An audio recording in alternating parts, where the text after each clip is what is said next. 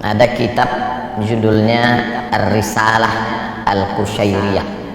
Nama penulisnya Imam Abul Qasim Abdul Karim Ibnu Hawazin Al-Qushairi. Meninggal di awal abad ke-5 Hijrah, 1000 tahun yang lalu lebih kurang. Di situ dia bercerita tentang seorang laki-laki yang soleh.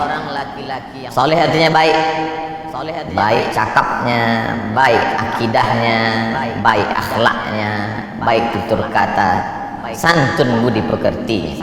Salatnya cukup, zakatnya penuh, sedekahnya tak terhitung lagi, sopan santunnya tak menyinggung perasaan orang lain.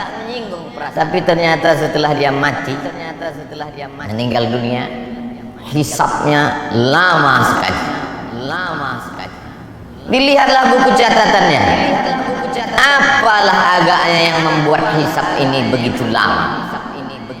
Adakah dia membunuh orang? Tak ada. Pernahkah dia menyakiti hati orang? Tidak. Karena santun, tersenyum.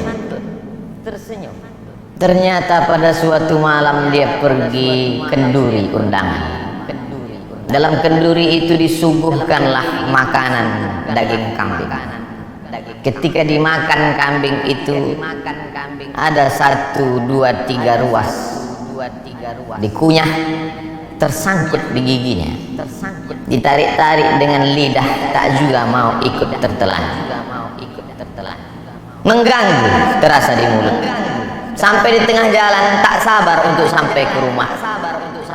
Dia lihat ada pokok kayu ranting kecil di depan rumah orang. Lalu dia petik ranting itu. Dia congkelkan ke daging yang menyangkut di celah gigi. Maka lepaslah beban yang dari tadi mengganggu pikiran, hati dan lidahnya. Setelah itu dia pulang tanpa beban. Ternyata yang membuat hisab itu lama di hadapan Allah Subhanahu wa taala bukan karena tidak bersedekah, bukan karena tak salat, bukan karena tak puasa, tapi ternyata satu ranting yang terambil tanpa izin yang punya pun membuat hisab itu lama. Ketika membaca kisah ini lama saya terduduk dan termenung. Tak pernah saya terpikir memikirkan nasib orang lain, tapi yang terpikir bagaimana agaknya nasib saya, nasib khatib, nasib pribadi di hadapan Allah Subhanahu wa taala. Sudah berapa ranting kayu orang yang tertarik oleh tangan kita dan kita tidak merasa itu berdosa. Agaknya itulah pesan dari sahabat Nabi kepada tabi'in. Sahabat yang hidup dengan Nabi, tabi'in orang setelah sahabat Nabi. Apa kata mereka? Beda kami dengan kamu adalah kami orang yang hidup bersama Nabi Sallallahu Alaihi Wasallam. Salat kami sama dengan kamu, puasa kami sama dengan puasa kamu, sedekah kami sama dengan sedekah kamu, Al-Quran kami sama dengan Al-Quran kamu. Bedanya kami melihat dosa sebesar ujung rambut itu sangat besar, dan kalian menganggap dosa kecil itu remeh-temeh saja. Jangan-jangan 1, 2, 3 ranting itu membuat kita begitu lama hisab di hadapan Allah Subhanahu wa taala.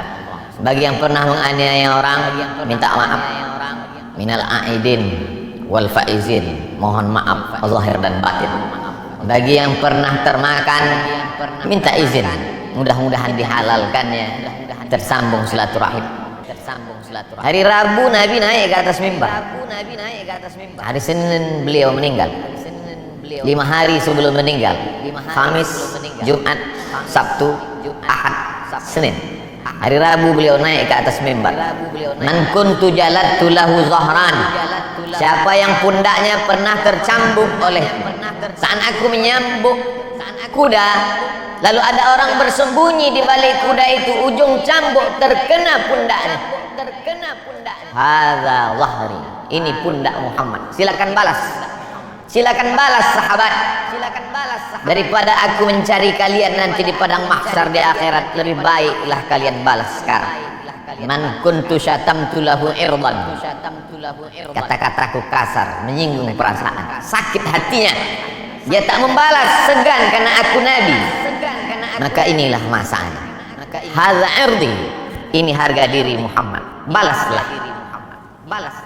Nabi sedang menunjukkan bahwa dia pun tetap meminta maaf atas apa yang pernah dia lakukan, baik yang zahir pundak tercambuk maupun batin hati yang tersinggung. Kalaulah satu ranting membuat kita terhisap begitu lama, lalu bagaimana dengan orang yang sengaja memotong, mengambil, menggarap, menghabisi, lalu kemudian menganggap cukup tertebus dengan labbaik Allahumma labbaik, cukup ditebus dengan umrah, cukup ditebus dengan munajat di pintu Ka'bah. Begitu banyak yang membuat kita ada sangkutan-sangkutan di padang mahsyar. Makanya kata Nabi, ittaquz zulma, jangan kamu aniaya orang, jangan kamu zalimi orang. Fa inna zulma zulumatun yaumal qiyamah. Karena perbuatan aniaya akan menjadi kegelapan pada hari kiamat.